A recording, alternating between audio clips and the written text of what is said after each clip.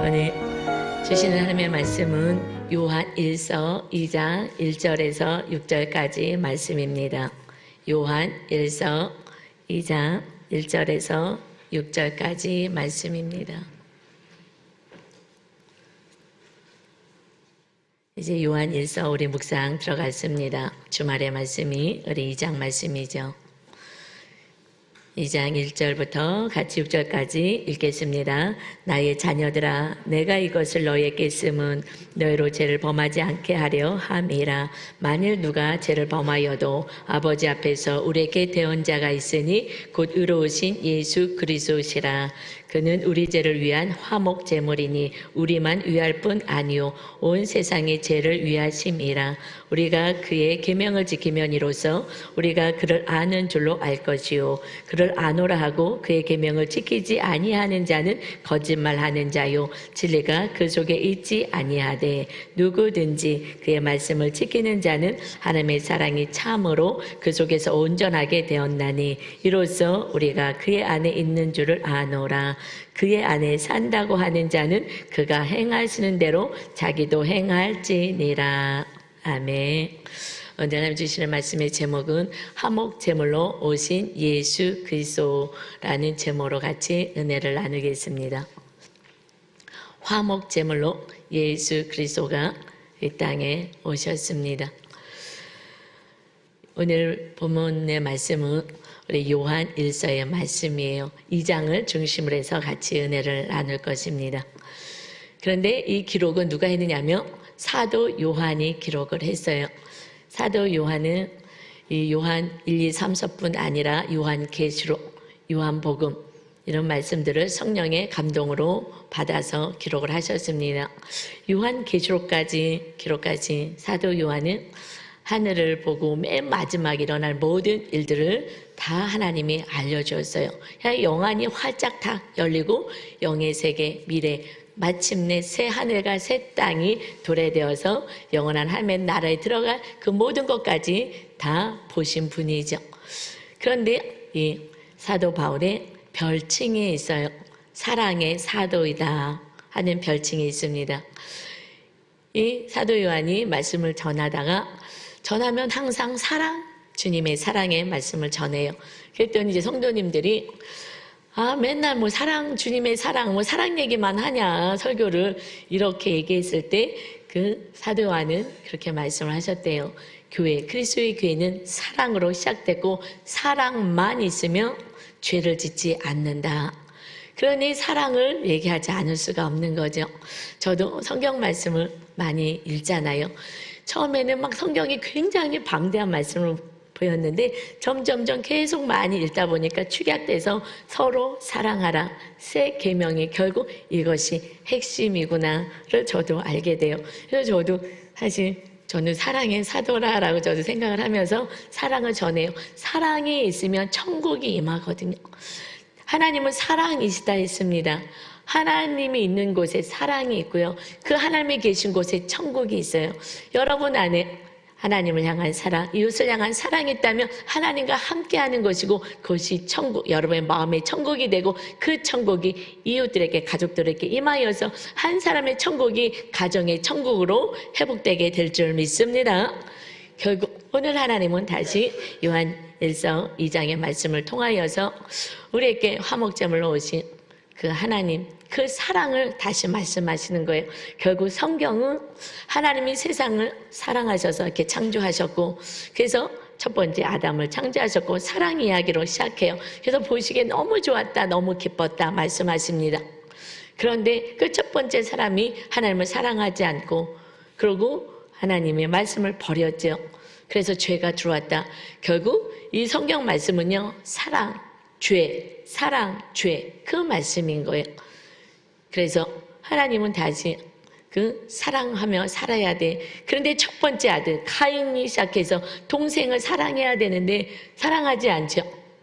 그래서 결국 죽이는 사건이 첫 번째 가정에서 다 일어났어요.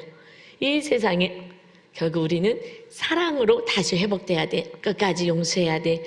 결국 우리 안에 지금 답답한 심령과 마음이 힘든 상태로 왔다며 지금 어둠 안에 있는 거예요. 그렇다면 오늘 말씀을 통하여 다시 피시신 주님을 다시 모셔드리고 우리 안에 천국이 기쁨이 다시 회복되시길 주님의 이름으로 축원합니다. 첫 번째는요, 나의 죄를 위한 화목 제물이십니다. 그 죄는 온 인류를 향한 화목 제물로 오셨어요. 화목하게 오셨는데 제물로 오신 거예요. 하나님의 이 땅에 기쁨으로 오시고 우리에게 영접받고 우리가 칭송받고 찬양받으러 오신 것이 아니라 하나님이 제물이 되러 죽으러 오셨다는 것입니다. 우리를 살리기 위해서 사랑의 증표로 사랑하는 것을 보여주신 거죠. 죄에서 건지기 위해서 화목 제물로 주님이 오신 것이에요. 내가 이토록 너를 사랑한다는 것을 보여주시는 거죠. 누구 죄 때문에? 나의 죄. 먼저 내 죄 때문에 오셨다는 것을 인정하셔야 하는 거예요. 그래서 요한일서 2장 1절 다시 볼까요? 나의 자녀들아, 내가 이것을 너희에게 쓰면 너희로 죄를 범하지 않게 하려 함이라. 만일 누가 죄를 범하여도 아버지 앞에서 우리에게 대언자가 있으니 곧 의로우신 예수 그리스도시라. 이 말씀을 하나님이 우리에게 주신 것을 죄를 짓지 않게 하기 위해서 이 말씀을 기록해서 우리에게 주셨다는 거예요. 이 말씀을 왜 주셨다고요? 죄의 문제인 거예요.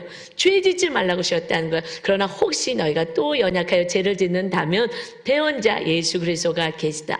주님을 다시 붙잡으면 되는 거야. 주님을 다시 붙잡고 제사함을 받으면 돼. 대언자가 계시다. 우리의 중보자가 되시고 우리를 도와주시는 분 예수 그리스도가 계신데 그분은 우리의 화목제물로 오셨기 때문에 가능한 거야. 2절입니다. 그는 우리 죄를 위한 화목제물이니 우리만 위할 뿐 아니요 온 세상의 죄를 위하심이라. 먼저 나의 죄, 그래서 화목제물이 되셨어요. 구약시대에는 예수님이 오시기 전에는 죄를 졌을 때 하나님과 단절되고 그리고 벌을 받기 때문에 그래서 짐승이 대신 죽는 그러한 것으로 일단 유효함을 허락해 주었어요. 그래서 형편껏 소나 양이나 아니면 너무 가난하면 비둘기나 그것도 안 되면 곡식을 가져오기도 하지만 그래도 그 비둘기라도 잡아갖고 와서 하나님 내가 죄를 졌어요. 용서해 주세요. 그리고 그 짐승에게 내 죄를 전가시켜 안수하고 그것을 죽여서 다 각을 떼어서 불을 태워서 하나님께 드려요. 내가 죄를 지면 사망 대가가 있는 거예요. 그러나 짐승의 피로 대신한 것처럼 이제는 예수 그리스도가 온전한 온 인류와 우리의 죄에서부터 구원시키기 위해서 화목 제물이 되었어요. 이제는 날마다 너희가 죄를 짓는다며 다시 예수님 대언자 주님 앞에 나와야 되는 거야. 그러면 이제 어둠에서 다시 빛으로 인도되어서 빛의 자녀로 사는 것이 하나님의 자녀이다. 이제 옛날에는 우리는 어둠 속에 살았어요. 진리가 뭔지도 모르고 어떻게 사는 게 맞는 건지도 모르고 그냥 내가 하고 싶은 대로 부모님의 가르친 대로 세상이 이야기하는 대로 살았습니다. 그러나 이제 진리의 성령님이 오셨고 주님이 오셨기 때문에 우리는 말씀 안에 온전히 거하는 어둠으로 사는 게 아니야. 진리를 알고 분명히 알고 살아가는 진리의 백성으로 빛의 자녀로 살아라 말씀하십니다. 여러분 에베소서 5장 8절에 말씀하시죠. 너희가 전에는 어둠이더니 이제는 주 안에서 빛이라. 빛의 자녀들처럼 행하라. 예수님은 나는 세상의 빛이다. 요한복음 8장에 말씀하셨죠. 나는 이 세상을 빛으로 오는 빛이다. 세상의 어둠을 밝힐 빛으로 왔다. 그래서 나를 따르는 자는 어둠에 다니지 않고 생명의 빛을 얻게 될 것이야. 이제 우리는 주님의 빛을 받은 자, 주님의 빛을 받았기에 주님이 우리 안에 계시기에 이제 주님의 빛을 세상에 밝히는 자로 주님처럼 사는 것이다 말씀해요. 그러면 우리는 빛이면 기쁨이 있는 거잖아요. 그런데 왜 우리 안에 아직 기쁨이 없을까요? 교회는 나오는데 예수 그리스도를 영접하지 않은 자들도 있습니다. 교회는 나와. 그런데 예수님이 나의 화목 제물로 오셨다는 거, 나의 죄 때문에 죽으러 오셨다는 거, 이제 나는 하나님의 자녀가 됐다는 온전한 그 진리를 알고 믿게 된다면 이제 그 빛이 우리의 어둠을 몰아내게 되고 우리 안에는 기쁨이 있는 인생이 되어야 하는 것이 마땅하는 거예요. 여러분, 밤에 이렇게 성전에 깜깜한데 불이 켜져 있지 않으면 깜깜해서 저는 이제 어떻게 이게 구조를 아니까 그래도 그나마 찾아가지만 처음 오신 분 아무도 여기 와보지 않은 처음 오신 분은 깜깜 이 성전에 오실 때 어디가 어딘지 모르니까 더듬 다 만지고 사는 거예요. 어둠 속에 있는 거예요. 밝게 보여지지가 않는 거예요. 인생이 그래서 두려운 거예요. 그래서 불안한 거예요. 이러다가 넘어지고 다치는 거 아니야? 그래서 깜깜한 인생을 살기에 두렵고 불안한 것입니다. 어둠 속에 있으니 진리를 모르니까 두려워요. 미래를 모르니까 두려워요. 그런데 이제 빛이신 주님이 활짝 비춰주는 것은 우리가 이 밤에 스위치를 탁 키면은요, 이 어둠을 확 몰아내요. 언제 어둠이 물러나가는 거를 빛이 오면 어둠은 언제 깜깜해서 빛이 들어온 사람 어둠은 없어집니다. 주님을 영접하게 되면 우리 안에 있던 불안과 두려움과 어둠과 근심은 사라지게 될 줄 믿습니다. 주님을 영접해야 되는 거예요. 여러분 마음에 모셔드려야 하는 것입니다. 그래서 주님이 영접되면 그러면 우리 안에 안심이 있고 근심이 떠나가고 평안과 기쁨이 있게 되는 거예요. 나는 예수님을 믿는데 왜 안 되지? 그것은요, 예수님이 빛이다. 그래서 요한복음 8장 12절에 나를 따르는 자는 어둠에 거하지 않는다 그랬어요. 생명의 빛을 얻는다. 그러니까 우리가 주님을 따라야 된다는 거예요. 어떻게 따라요? 말씀대로 사는 것이 주님을 따라 사는 거예요. 나는 예수님을 믿었어요. 그런데 내 안에 지금 근심과 두려움이 있고 아직 어둠이 있는 것 같아요. 그래서 불안해요. 그렇다면 어떻게 살라고요? 이제 다시 스위치를 켜서 어둠을 몰아내듯이 주님의 말씀을 따라 사는 거야. 예수님을 믿었다면 예수님의 말씀대로 사는 거야. 그러면 어둠은 떠나가게 되고 불안과 염려와 근심, 조조는 떠나가고 오직 우리 안에 안식과 기쁨이 있게 될 것이다. 이것이 두 번째요. 말씀을 지킬 때 하나님의 사랑으로 온전케 됩니다. 말씀을 지키는 데까지 가는 거예요. 그래서 요한일서 2장 3절의 본문의 말씀에 우리가 그의 계명을 지키면 이로써 우리가 그를 아는 줄로 알 것이요. 여기서 그 계명이라는 것은 성경은 사랑을 말씀하고 있는 거예요. 구약 성경도 이 많은 613까지나 되는 이 많은 계명들, 이 계명은 이웃을 내 몸처럼 사랑하라는 한 계명에서 다 파생된 것이다. 신약에서는 세 계명, 서로 사랑하라, 주님 우리를 사랑한 것처럼 말씀하셨죠. 그래서 그 계명의 그 근본은 뭐냐면 사랑이거든요. 그러니까 그의 계명을 사랑하는 걸 지키며 이로써 우리가 그를 아는 줄로 알 것이요. 이게 무슨 말씀이냐? 그는 그를 아는 줄로 알 것이요. 우리가 사랑하게 되며 그러면 우리가 하나님을 알게 된다는 거예요. 우리가 언제 사랑할 때, 계명을 지킬 때에, 그래서 이웃을 사랑할 때에, 하나님을 사랑할 때에, 그때에 하나님을 진정으로 우리 안에 임하신 하나님, 경험된 하나님, 하나님 살아계시나 이것을 알게 되는 것을 알게 될 것이다. 그 전에는 잘 모른다는 거예요. 교회는 다녔지만 말씀대로 살지 않으면 하나님을 잘 몰라. 들어서는 아는데 그것이 사절 말씀이잖아요. 그를 아노라 하고 그의 계명을 지키지 아니하는 자는 거짓말하는 자요 진리가 그 속에 있지 아니하되. 하나님을 알아, 주님을 알아. 그러는데 하나님을 정말 잘 모르면서 안다고 하는 거예요. 하나님이 살아계셔? 내 기도를 들으셔? 내가 이렇게 힘든데 왜 가만히 계셔? 나는 불안하고 답답하고 이 상황에서 왜 아직까지 나를 도와주지 않아? 그게 아니야. 하나님을 진정으로 알지 못하고 있다는 거예요. 우리가 하나님의 계명대로 살면 지금의 이 문제를 바로 해석할 수가 있어요. 하나님이 나에게 지금 무엇을 원하시는지, 그리고 내 안에 진리의 주님이 계시면 나를 지켜줄 것을 알게 되는데, 언제 알게 되냐? 내가 사랑할 때 알게 되는 거야. 하나님이 내 안에 계시고 내 안에 임하시고 나를 지키시는구나. 그것이 5절 말씀인 거예요. 누구든지 그의 말씀을 지키는 자는 하나님의 사랑이 참으로 그 속에서 온전하게 되었나니 이로써 우리가 그의 안에 있는 줄을 아노라. 말씀을 지키는 자가, 사랑을 하는 자가 하나님의 사랑이 우리 안에서 온전하게 되니까 그때 알게 된다는 거예요. 자신 있게 얘기하는 거예요. 하나님이 살아계시지 라고 얘기할 수 있다라는 거예요. 언제요? 우리가 계명을 지키고 이웃을 사랑하고 하나님을 사랑하고 살아갈 때에, 그때에 하나님이 살아계시구나, 내 안에 삶의 사랑이 충만하게 온전케 되는 거예요. 여러분, 하나님의 사랑이 있을 때 내 안에 천국이 임하게 되는 것입니다. 그래서 여러분 안에 온전한 천국이 되려면 먼저 사랑하라는 거예요. 사랑이 중요하다는 거예요. 그러면 주님의 사랑으로 가득 채워지니까 천국이 임하고 기쁨이 임하고 염려, 근심, 걱정이 다 떠나가고 진리를 알게 되니 어떻게 살아야 되는지 알게 되어서 그 길을 따라 갈 수 있다는 것입니다. 그래서 6절이요. 그 안에 산다고 하는 자는 그가 행하시는 대로 자기도 행할지니라. 주님을 나는 알아. 주님을 믿습니다. 주님을 알아요. 하는 자는 주님 안에 살아. 하나님의 자녀로 살아요. 라고 고백한다면 그가 행한 대로 너희도 행하라. 주님이 무엇을 행하셨습니까? 화목제물로 이 땅에 오셔서 주님이 십자가를 지으시고 사랑을 보여주었잖아. 너도 이와 같이 하는 거야. 사랑을 하면서 살아가는 거야. 그래서 지금 요한 1서의 말씀이죠. 이 말씀을 하나님께 받아서 계속 이 말씀을 전하니 그렇게 성도들은 맨날 사랑 얘기만 해요. 이것이 핵심이니까, 이것이 생명이기 때문에 영원한 생명의 빛을 얻게 하는 것이 사랑인 거예요.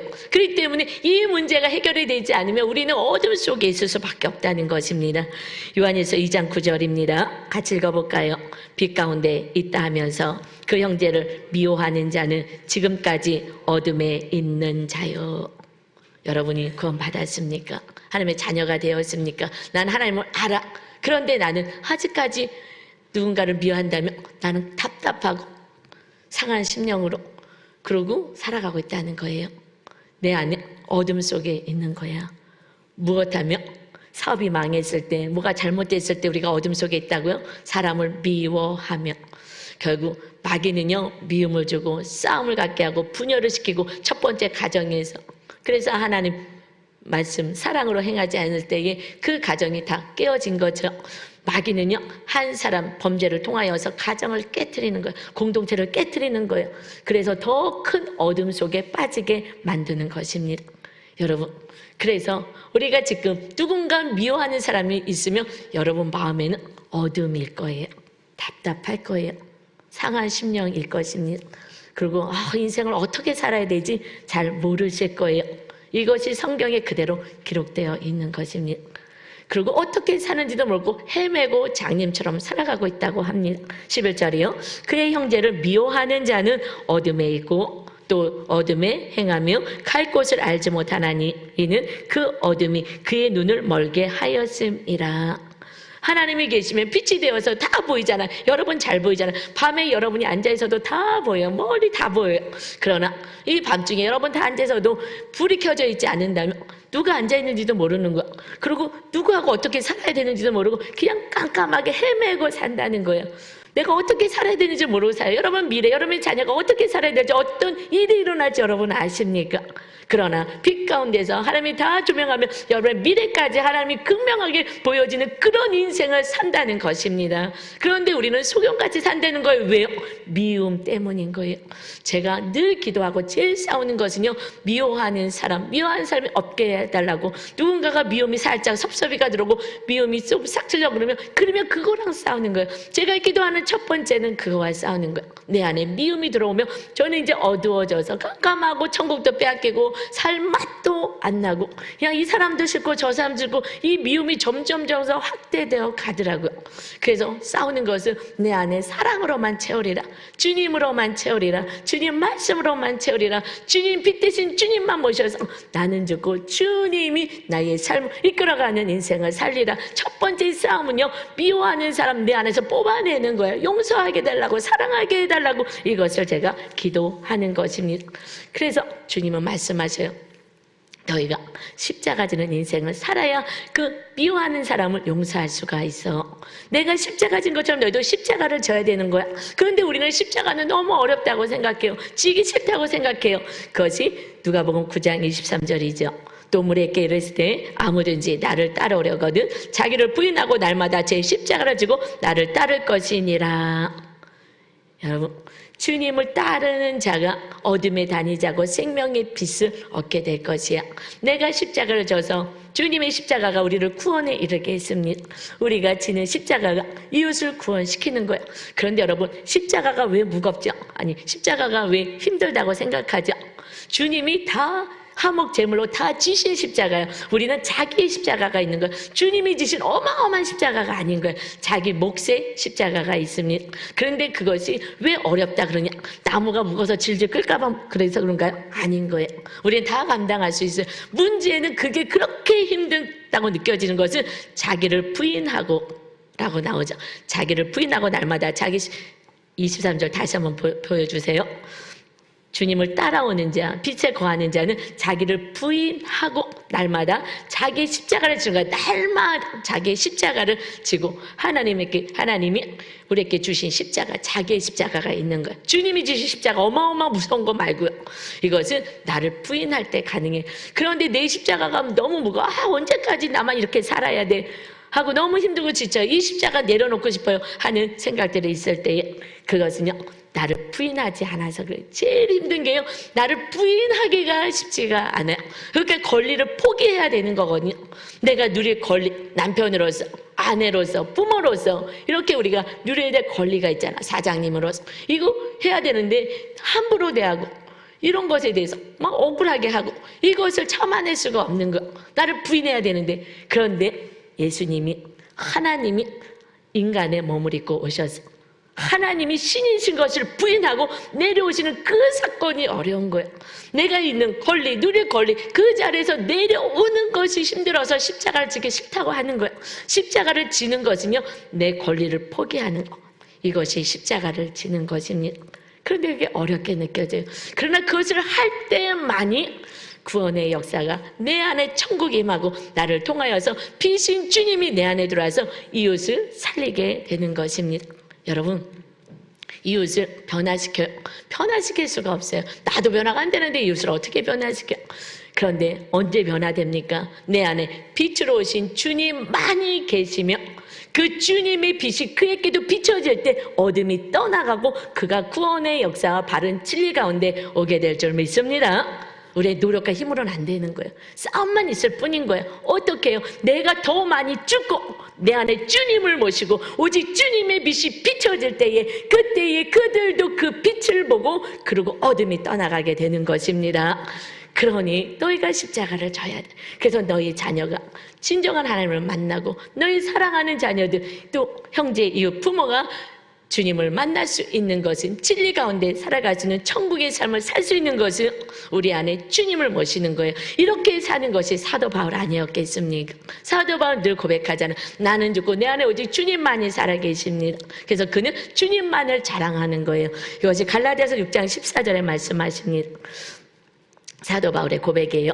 내게는 우리 주 예수 그리스도의 십자가 외에 결코 자랑할 것이 없으니 그리스도로 말미암아 세상이 나를 대하여 십자가에 못 박히고 내가 또한 세상을 대하여 그러하니라. 오직 사도 바울, 그는 정말 여기 앉아 계신 여러분들보다 훨씬 더 세상에 있는 많은 것을 가진 자였어. 그때에 그 로마 시민거 하나 그거 살려면 어마어마한 돈을 주고 막 사고, 그거 엄청나 어려운 건데 그 바리새인 중에 바리새인이요. 정말 가말리엘 문화생 최고의, 뭐 우리나라는 서울대요, 제일 좋은 데가 뭐 하버드, 이런 최고의 학부를 한 세상에서 다 가진 자, 정말 인정받고 높임받는 자. 근데 그는 다 배설물처럼 열고 나의 자랑 오직 십자가, 나를 구원해 주시고 나의 책값을 주시고 하나님이 이 세상을 창조하시고 영원한 천국으로 데려가려고 하나님 아들이 오신 그 십자가만을 나는 자랑하노라.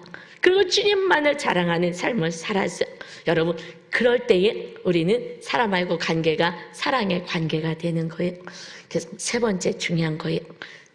세상을 사랑하지 말고 이웃을 사랑해라. 우리는요, 세상을 너무 사랑해서 그래서 이웃의 사랑이 안 되는 거예요. 주님이 말씀하신 거예요. 요한일서 2장 15절입니다. 이 세상이나 세상에 있는 것들을 사랑하지 말라. 누구든지 세상을 사랑하면 아버지의 사랑이 그 안에 있지 아니하니. 세상이나 세상에 있는 것을 사랑하지 말아라.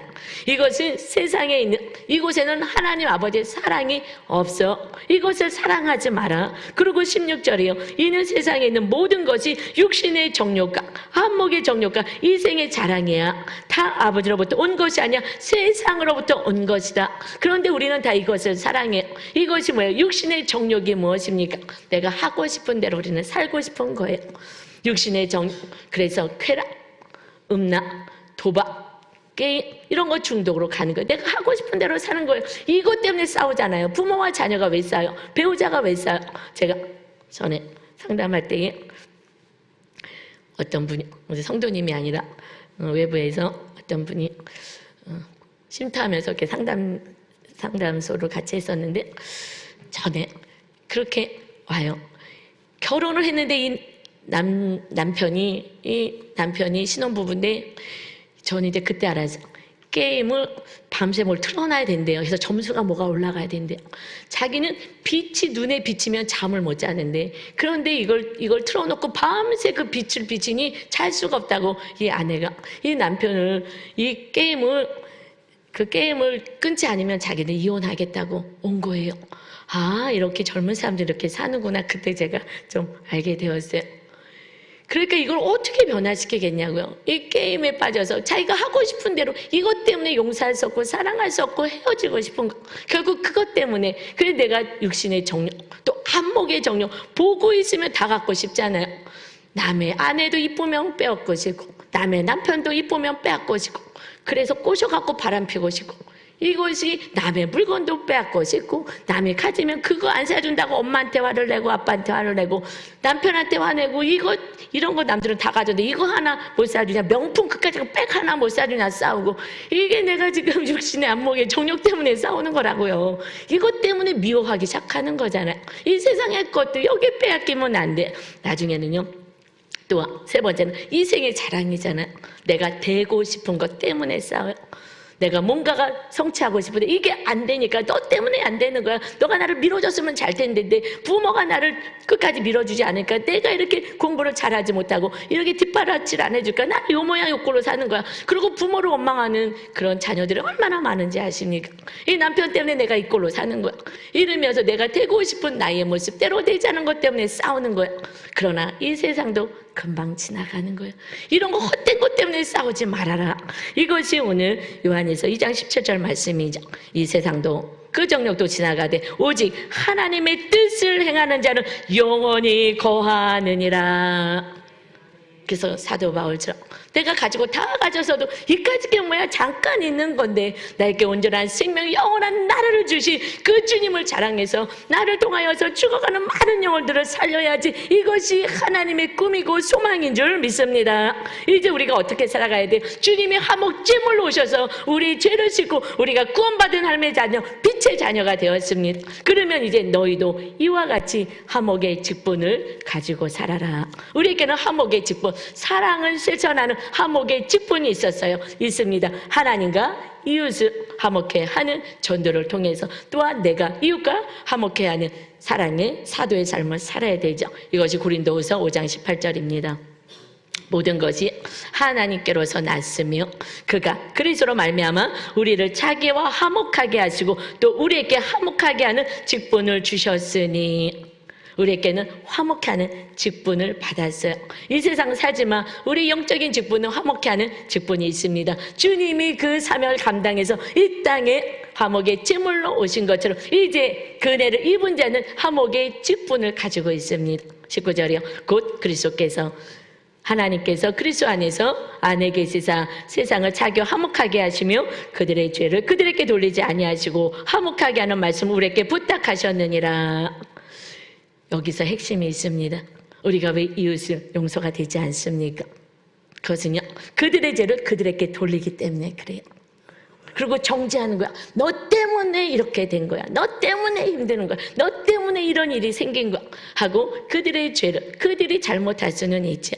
그래서 그들의 죄를 돌리기 때문에 우리는 미움이 오고 용서와 사랑이 되지 않습니다. 그러나 주님은 우리들의 죄를 우리에게 돌리지 않았어요. 우리에게 돌렸으면 우리는 지옥불에 떨어져서 그냥 영원토록 불구동 속에서 고통 속에 죄값을 치르게 했죠. 그러나 주님이 담당하셔서 이제 너가 죽고 주님을 모시고 주님의 빛이 세상을 밝혀서 너희가 가는 곳마다 주님의 빛으로 어둠을 물러가게 하는 그런 축복의 통로 화목의 자녀가 되기를 원한다. 이것이 우리의 사명인 것입니다. 그럴 때 여러분 우리 안에 천국이 임하고 기쁨이 임하는 거예요. 그런데 이렇게 얘기할 거예요.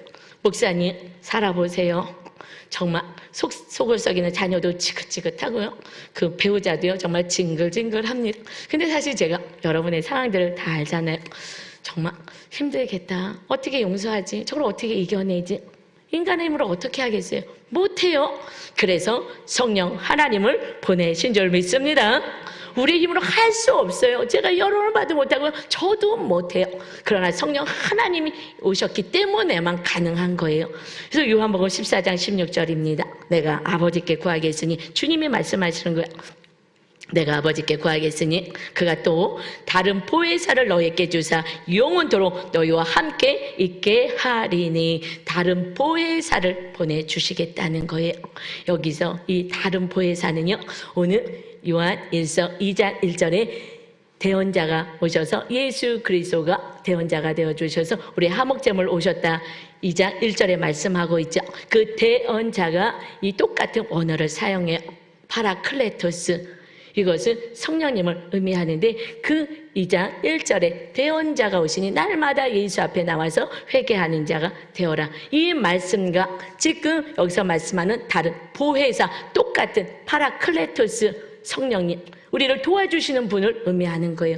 우리 예수님이 우리 구원을 위해서 화목제물로 죄를 다 씻어내셨다면 이제 성령님이 그 자리에 임하셔서 성령님이 우리를 이끄는 삶을 살아가는 자가 온전히 구원의 역사에 이루는 자인 것입니다. 성령님이 임하시지 않으면 우리는요, 말씀대로 살 수 없이 또 다시 지옥불에 떨어질 수밖에 없을 거예요.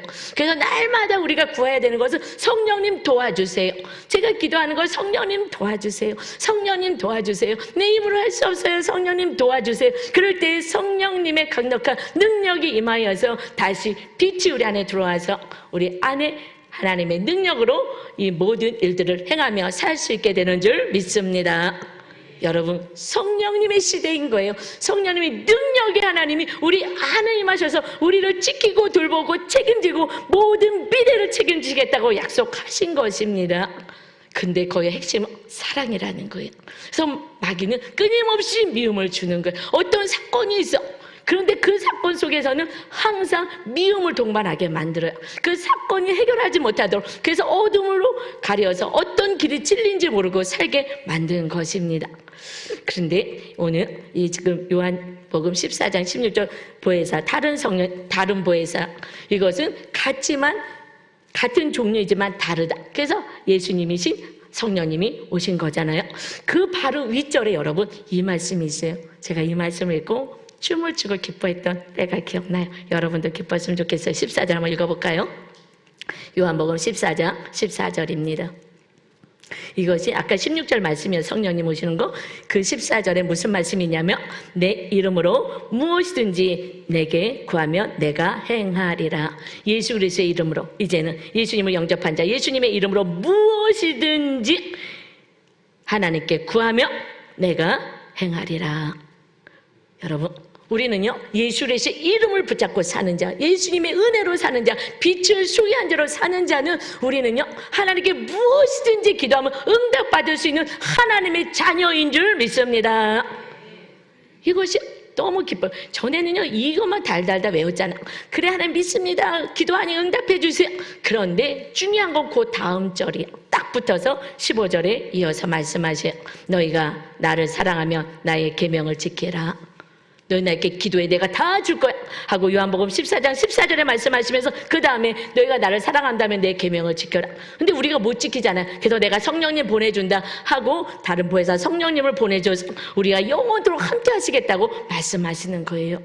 여러분, 결국 우리가 해야 될 일과 하나님의 해야 될 일이 구분이 되어 있다는 거예요. 주님이 우리를 구원시켜 주러 오셨어요. 그러면 너희도 이와 같이 주님을 따라서 살아가게 되면, 그리고 기도하면 무엇이든지 받게 되는데, 언제 받게 되는다고요? 계명을 지켜서 행할 때에, 그때 어느 날 우리가 기도했던 것이 다 이루어진 것을 여러분이 경험되게 될 줄 믿습니다. 그런데 우리는 문제에 잡혀 있잖아요. 이 문제 때문에 이거 해결해 주세요, 해결해 주세요. 저 사람 변화시켜 주세요. 내 기도 들어주세요. 이 사람 변화시켜 주세요. 이 사람이 변화되는 게 아니라, 오늘 말씀을 들은 믿음이 조금이라도 더 있는 내가 죽고 주님의 빛이 내 안에 들어오면 이 빛이 여러분의 문제에 밝혀 보여줘서 진리를 알게 되고 영혼도 구원하게 되는 축복의 통로가 되는 줄 믿습니다. 그때 천국이 임하는 거예요. 그때 천국이 임해요. 여러분, 특별히 신혼부부들은 한 5년 동안 정말 반 이상, 한 3년일 수도 있고, 저는 한 10년 힘들었던 것 같아요. 네, 우리 신혼부부가 온 성도님도 그래요. 정말 5년 동안 지옥같이 살았습니다. 암흑 같았습니다. 맨날 싸우느라고 힘들었습니다. 신혼부부만 계속 오면 나야 될 것 같은데 그렇지 않은 거예요. 결혼하는 순간부터 달라지는 거예요. 왜냐하면 다른 사람하고 만나갖고 너무 달라서 힘든 거예요. 옳고 그름이 아니라 달라서 힘든 것입니다. 이것을 인정해야 되는 거예요. 하나님은 다양하게 모든 걸 만들었죠. 여기도 얼굴이 다 틀려요. 옷도 어떻게 이게 다 틀리게 입으셨습니까? 그렇게 다양한 거예요. 사람도 달라요. 나랑 달라요. 그리고 매력이 정말 있어하고 결혼하면은 그 사람은 나랑 정말 다른 사람이야. 너무 매력 투성이 하는 사람은 나랑 너무 다를수록 매력이 나한테 없는 것이기 때문에 매력으로 느껴지는 거예요. 그 다음부터 이제 결혼해서 살려면 이게 부딪히는 거예요. 달라도 이렇게 다를 수가 있어. 그때부터 힘들어지는 거예요. 그래서 우리를 온전케 가는 거예요. 하나님께 기도하고 우리는 반쪽 인생에서 배우자가 만나서 온전한 하나의 모습으로 만들어 가는 거예요. 그렇지 않으면 반쪽처럼 내가 옳은 것처럼 살아가죠. 그래서 내가 주고 그리고 나와 다른 성향들을 개발해 나가는 것입니다. 제가 결혼 처음에는요 정말 많이 혼자서 이불 뒤집어쓰고 울었어요. 결혼 잘못했다. 내가 생각한 사람이 정말 아니네. 정말 내가 속았네. 하면서 정말 힘들었어요. 성격이 너무 달라가지고 정말 극과 극의 성격을 가졌어요. 그러니까 다른 것이 틀렸다고 생각하니까 힘들었어요. 근데 다른 것은 이제 성격 검사, 뭐 심리 검사 이런 것도 다 이제 공부하고 나서 그때 알아서 하나님이 다양하게 창조하셨구나. 그리고 그 다음부터는 이 말씀을 알기 시작하면서부터는 무조건 사랑하는 거야. 이대로 살아가는 거야. 주님을 따라 사는 거야. 그리고 사랑하기 시작하고 나는 그냥 사랑밖에 몰라 하고 딱 결단을 딱 하고 그리고 미움이 들어올 때 그냥 하루에 1시간이든 2시간이든 3시간이든 사랑할 때까지 능력이 공급받을 때까지 그 자리를 떠나지 않고 성령의 충만을 받고 나서 또 사랑합니다 하고 손 내밀고 했던 많은 삶을 통하여서 지금은요 제일 왜냐면 타인들은 안 볼 수가 있어요. 가끔 보고. 그런데 가족은 매일 봐야 되잖아요. 그래서 힘든단 말이에요. 근데 지금 나랑 너무 달라서 힘들었다 했던 그 남편이 지금은 너무너무 사랑스럽고요. 그래서 이번 주는요 더 사랑스러워하고 왜냐면 제가 기도 양을 좀 늘켰거든요. 그래서 제가 기도하는 게 있는데 더 기도했더니 막 주님이 가득 채워지니까 주님의 사랑으로 가득 채워지니까 더 사랑스러운 거예요. 똑같은 사람이 옛날에 그 왼수 같았던 사람이 그래가지고 제가 무슨 일을 하다가 전화를 했는데 목사님 참 사랑해요. 그랬더니 그래? 왜? 그냥 사랑해요. 그런데 하나님이 첫 번째 사랑이고 목사님은 두 번째예요. 그래서 그래도 두 번째인 게 어디예요? 두 번째로 목사님 사랑해요. 당신 사랑해요. 여보 사랑해요. 이렇게 했어요. 그리고 그 다음에 이렇게 이쁘잖아요. 사랑스러우면 이쁘거든요. 그래서 사랑해요. 그리고 별거 안 했어요. 그냥 이쁘다고 얼굴 한번 쓰다듬어 줬어요. 그랬더니 와 세상에서 나처럼 행복한 사람 나와보라 그래. 내가 제일 행복해. 여러분 사랑이 별거 없어요. 행복이 별거 없어요. 그냥 사랑받을 때 그것이 기쁜 거예요. 기쁜 거예요. 하기는 뭐 이제 한 65세쯤 돼서 그 아내한테 그렇게 막 사랑받는 사람이 별로 없긴 하겠죠. 예, 나이가 들면서 점점 멀어지잖아요. 여러분 그러나 내가 내 안에 하나님의 사랑으로 충만해지면 그 사랑은 점점 가까워져서 정말 행복하다. 제 안에서도 고백이 여보 참 사랑해요. 행복해요. 고마워요. 남편도 그렇게 얘기할 수 있는 그러나 처음에는 그렇게 살지 않았어요. 그때는요 말씀대로 사는지도 몰랐어요.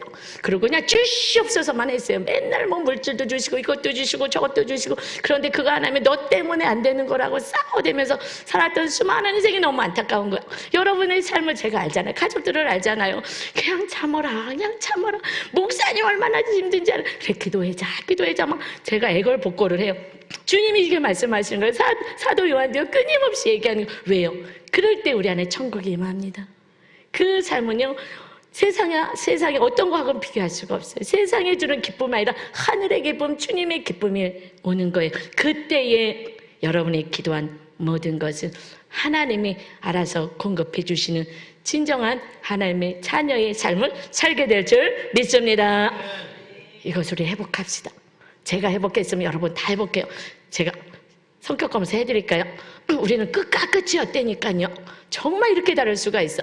그랬는데 그것을 주님의 사랑으로 기도하며 이것이 회복되니까 정말 맨날 손을 붙잡고 쓰다듬어주고 그 속에서 사랑에 가는 그러니 주님의 사랑이 우리를 하나 되게 해주셨어요. 아, 이것이 진짜 하나 되는 진정한 천국의 삶이구나.